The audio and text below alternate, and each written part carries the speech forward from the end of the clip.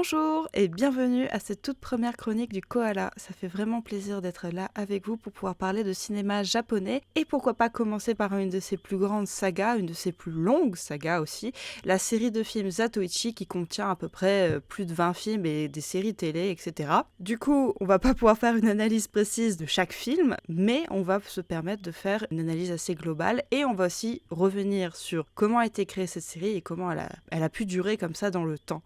On va d'ailleurs commencer tout de suite par ça, l'histoire de la saga.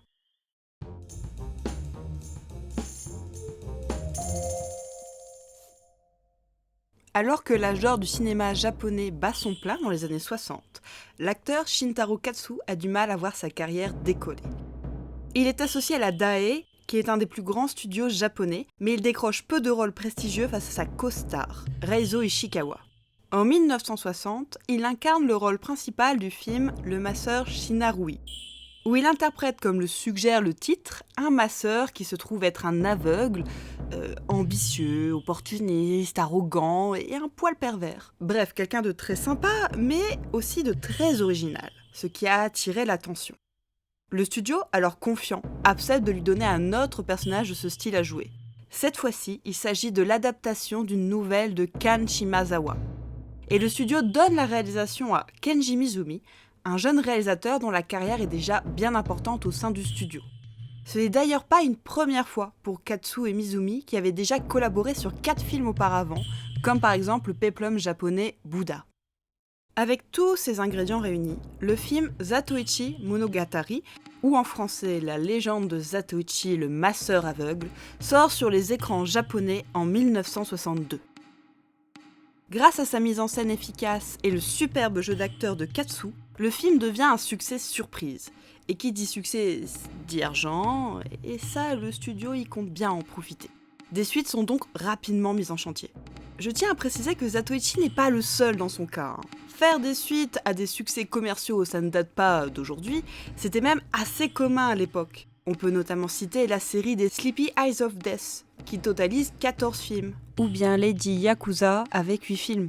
On peut voir ces sagas comme l'équivalent d'une série télévisée d'aujourd'hui. Dans le cas de Zatoichi, ce n'est pas moins de 25 films qui seront réalisés entre 1962 et 1973. 25 films en 11 ans. Cela fait presque une sortie ciné tous les 6 mois. C'est juste énorme de pouvoir tenir ce genre de délai. Le second film est d'ailleurs produit et réalisé la même année que le premier, c'est-à-dire en 1962. Le film suit la narration du premier opus, en faisant référence ou en ramenant certains personnages. Et cette idée de continuité se poursuivra jusqu'au 4e film, avant que finalement chaque histoire, chaque film devienne indépendant. À noter aussi que la série passera à la couleur à partir du 3e volet. Durant les premières années, les films s'enchaînent, dirigés par des réalisateurs chevronnés du studio comme Kazuo Mori ou Takusa Tanaka, sous un rythme effréné. L'année 1964 verra une production record de 4 films. S'il y a bien sûr une certaine répétition dans la narration au fil des épisodes, l'emprise grandissante de Shintaro Katsu sur son personnage lui permet de prendre de nombreux risques, permettant d'approfondir sa psychologie. Il s'investit tellement qu'il finira par créer sa propre société, la Katsu Production, en 1967. Ainsi, il peut produire, voire réaliser les futurs épisodes de la série. Il faut dire que le cinéma japonais va vivre une crise dans les années 70 qui va tuer le genre du film d'époque à l'écran. Même le grand Kurosawa finira par aller chercher ses financements à l'étranger pour réaliser ses films. Toujours est-il que Katsu, en continuant la saga, n'hésitera pas durant cette seconde période de film à ramener plus de réalisateurs ou acteurs externes au studio. On peut citer par exemple pour la réalisation Sasuo Yamamoto, un réalisateur engagé et communiste qui réalisera bien évidemment l'un des épisodes les plus politiques de la saga, n'hésitant pas à secouer les convictions du personnage. Pour les acteurs, impossible de passer à côté des légendaires Toshiro Mifune, Tatsuya Nakadai, Takashi Shimura ou bien la star taïwanaise Jimmy Wang Yu qui reprend son rôle de sabreur manchot dans un duel avec Zatoichi. Finalement, Katsu passe le pas de la réalisation en 1972 avec le 24e volet de la série, La légende de Zatoichi, la blessure, qui est au passage l'épisode le plus sombre et pessimiste de la saga. Une véritable destruction du personnage que seul son interprète pouvait créer. Après le 25e film, la saga passe alors à la télévision sous le format de 2 séries en 1974 jusqu'en 1979, réparties sur 4 saisons et une centaine d'épisodes. Le clap de fin sera donné en 1989 par un dernier long métrage réalisé de nouveau par Shintaro Katsu lui-même. Cette odyssée finale, comme l'indique le titre français, est une superbe conclusion malheureusement entachée par la mort d'un acteur sur le tournage. L'accident met en cause le fils de Katsu, qui jouait un rôle dans le film. Lors d'une scène d'action, c'est une erreur dans le choix d'un sabre qui amènera à la catastrophe. Cet incident enterrera la série ainsi que la carrière de Katsu, qui était déjà bien mouvementée par ses problèmes d'alcool et de drogue. Il nous quittera en 1997. Comme n'importe quelle œuvre célèbre, des hommages ainsi que diverses tentatives de résurrection ont eu lieu. La plus connue étant un remake de Takeshi Kitano réalisé en 2003. Si le film possède de nombreuses caractéristiques de la série originale, le réal a bien réinterprété le personnage à sa manière. L'humour possède par exemple un côté pince sans rire typique des films de Kitano. Deux autres films japonais ont aussi tenté de ramener Zatoichi sur le devant de la scène, mais sans grand succès. Je me permets aussi de vous parler d'un vieux remake made in USA sorti en 1989 sous le nom de Blind Fury et qui reprend le scénario du 17e opus La Route Sanglante, mais en moins bien. Mais après toutes ces informations, il est temps de jeter un œil plus précis à ce qui définit le charme d'un film Zatoichi, et de se demander comment on peut éviter une forme de redondance sur une si grande saga.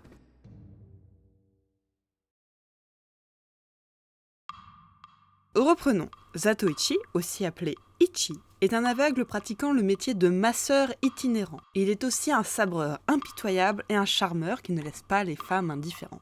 Lors de ses voyages, il finit toujours par rencontrer des victimes impuissantes à qui il décide de donner un coup de main face à des terribles représentants de la loi corrompue et la mafia japonaise. Entre-temps, après avoir fait quelques massages pour gagner sa vie, il va dépenser le tout au jeu de Shohan, un jeu de paris sur le nombre pair et impair donné par des dés. Le milieu étant géré par les Yakuza, il finit souvent par devoir dégainer son sabre pour qu'on le laisse tranquille. Au cours du film, la situation se tend entre les antagonistes et leurs victimes, culminant jusqu'à un combat opposant Zatoichi à une armée de sous-fifres qu'il balaye avec ses incroyables capacités. Et puis, ça s'achève sur un duel contre un adversaire à sa hauteur. Celui-ci, ami ou ennemi, poussera Zatoichi dans ses derniers retranchements. Finalement, après tout ce sang versé et ses ennemis vaincus, Ichi repart sur les routes sans un regard en arrière. Est-ce que je viens de résumer l'intégralité de la saga ? Bien sûr que non. Mais il ne faut pas ignorer les similitudes entre les films. Mais est-ce que c'est un défaut en soi ? Pas vraiment.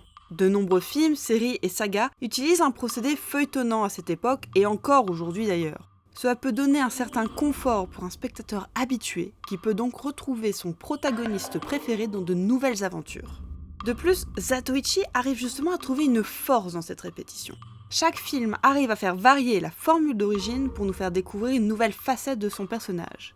Certains épisodes, très manichéens, lui donnent une aura de Robin des Bois, alors que d'autres n'hésitent pas à pointer du doigt les méthodes violentes de Ichi et à le confronter aux conséquences de ses actions.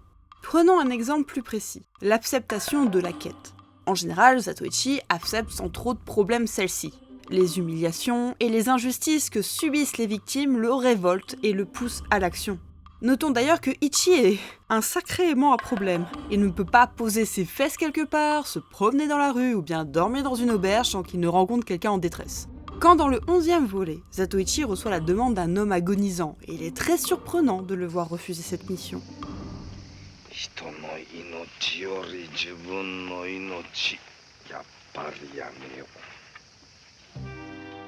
Comme si le personnage était de lui-même fatigué par le schéma de ses aventures. Bon, finalement, le scénario le poussera à agir, mais quand même. Ainsi, chaque élément que j'ai cité plus tôt va être varié, modifié, voire critiqué. Un autre exemple assez important, c'est le personnage récurrent du rival. Alors, pour rappel, j'évoque l'adversaire principal de Zatoichi sur le plan du combat. Quasiment chaque épisode fournit un effort pour nous offrir quelque chose d'inédit. Les personnalités de ces antagonistes peuvent ainsi être complètement opposées. Par exemple, dans le premier volet, Ichi se lie d'amitié avec un Ronin, un lien si fort que leur confrontation devient un combat émotionnel avant tout.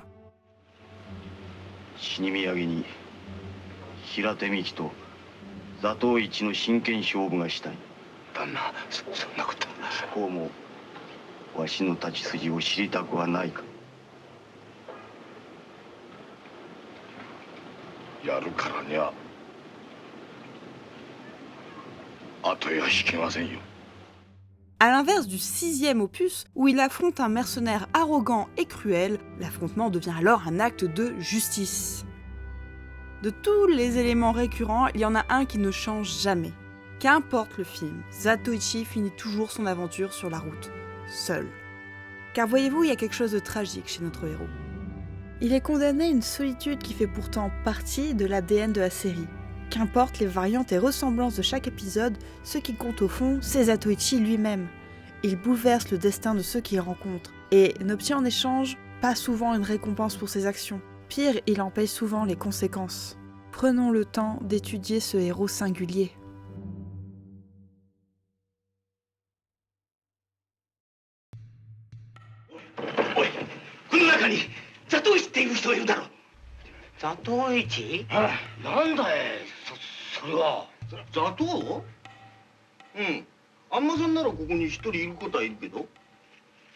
Commençons par le nom même de Zatoichi. Zato est le nom d'un rang donné aux masseurs, qui est un métier souvent pratiqué par les aveugles. D'ailleurs, le rang Zato, c'est un grade assez bas dans cette hiérarchie, et Ichi, qui signifie le chiffre 1, est un nom donné couramment aux aveugles. Zato no Matsunoichi de gozaimasu. Moshi, watashi wa Suginoichi de gozaimasu. Yonoichi de gozaimasu. Henoichi de gozaimasu.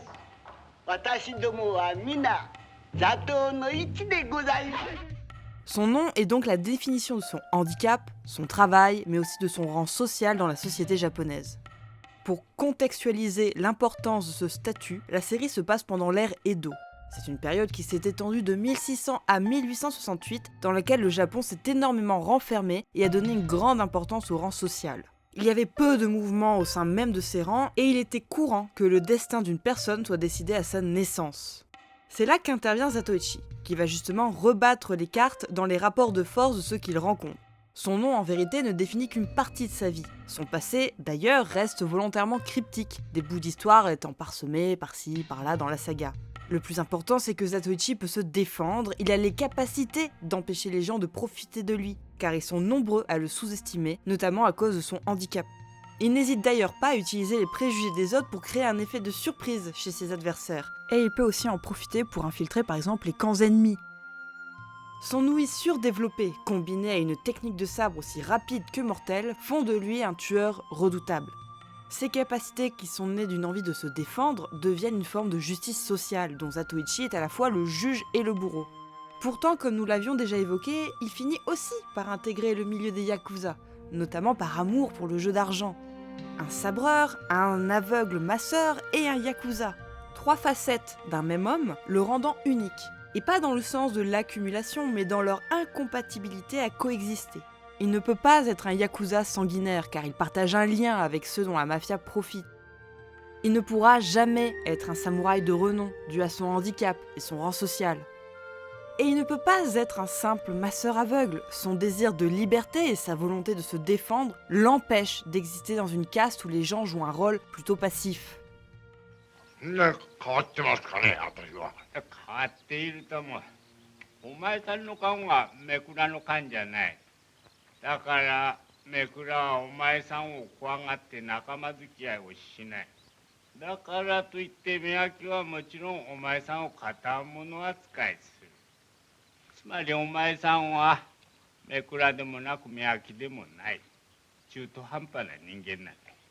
Ce qui le rend particulièrement attachant à mes yeux, c'est que Zatoichi sait qu'il n'a pas sa place dans la société japonaise, mais ça ne l'empêche pas d'espérer.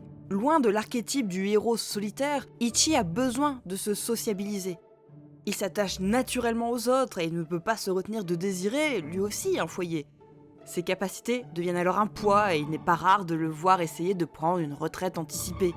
Mais comme je l'ai dit plus tôt, Zatoichi finit toujours seul. Et ça, le spectateur le sait, et d'une certaine manière, Ichi aussi. Une vie simple lui semble hors d'atteinte, car malgré toutes ses bonnes intentions, c'est par la violence, souvent mortelle, que Zatoichi résout les conflits. Les créateurs et scénaristes de la saga en ont bien conscience, donnant une forme d'ambiguïté morale à notre personnage.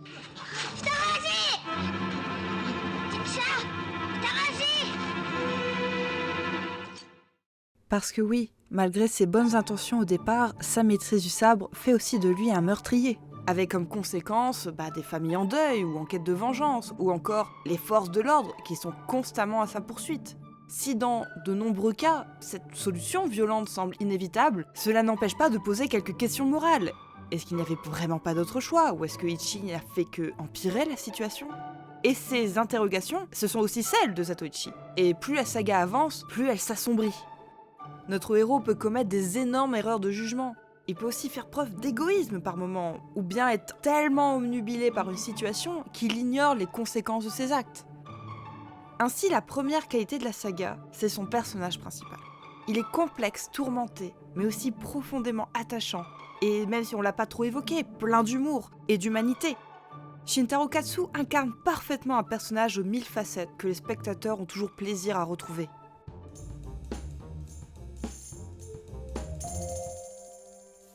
Bon, avant de vous laisser sur mes quelques recommandations de visionnage, je me dois de vous avertir sur des éléments un peu repoussoirs. Si personnellement j'adore les chorégraphies des combats et surtout la manière dont elles sont filmées, souvent en plan fixe, large, je comprends que comparé aux films actuels, on puisse les trouver un petit peu grotesques. Alors je déconseille aussi certains des films à ceux qui sont sensibles à l'hémoglobine. La présence de sang est absente dans la plupart des cas, mais dans les derniers films ça devient un petit peu plus commun. Ça dépend un peu des réalisateurs. Et si les restaurations ont bien mis en valeur la photographie, souvent très bien maîtrisée, des films, ce n'est malheureusement pas toujours le cas du son, particulièrement des enregistrements d'orchestre dont on peut avoir du mal à distinguer certaines notes. Et je me dois de finir sur le rôle des personnages féminins, qui sont malheureusement peu variés et peu marquants, et souvent cantonnés à une place de victime. Bon, on est nouveau face à un problème lié à l'époque de la réalisation des films, mais c'est quand même un peu dommage quand on connaît le reste des productions dirigées par Katsu, où il y avait des femmes qui jouaient notamment un rôle plus actif dans les adaptations de Lone Wolf and Cub. Bon, maintenant, c'est ça la grande question. Par où commencer si vous voulez découvrir la série ? Je vous déconseille en fait un visionnage en l'ordre de sortie. Je m'explique. Comme je l'ai déjà dit, les films n'ont pas de lien entre eux à part les opus 2, 3 et 4, et peuvent se regarder de manière indépendante. Alors pour une première rencontre avec Zatoichi, je recommande personnellement le 6e volet de la série, Une tête de 1000 Ryo. La mise en scène du réalisateur Kazuo Ikehiro est très dynamique et le scénario se démarque un peu tout en gardant l'essence de la série. Le tout premier film est aussi évidemment un bon point de départ, mais il faut garder en tête que la dynamique de la saga va beaucoup changer par la suite. N'hésitez pas aussi à regarder les films via les réalisateurs. Kenji Mizumi, qui est le créateur de la saga, a apporté d'excellents épisodes comme l'opus 17, La route sanglante, ou bien le 21e, Le Shogun de l'ombre.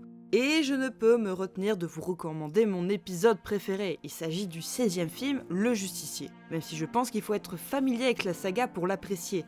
Il rentre dans la catégorie des films qui montrent l'aspect le plus sombre de Zatoichi, avec notamment celui déjà évoqué dans la partie histoire, le 24e volet, réalisé par Shintaro Katsu. Bon maintenant on arrive au bout de cette vidéo, c'était une première pour moi donc il y a sûrement beaucoup d'erreurs, n'hésitez pas à en faire part avec des critiques construites, ne soyez pas trop méchants non plus, sinon je vais pas revenir. J'ai un petit peu envie de revenir sur certains films Zatoichi plus en profondeur par la suite. Bon, j'ai d'autres projets entre deux, mais si ça vous tente que je vous présente quelques-uns des films, mais vraiment beaucoup plus en détail, faites-m'en part, ça me motivera, je pense. Je vous remercie encore d'avoir regardé cette vidéo, et je vous dis à la prochaine.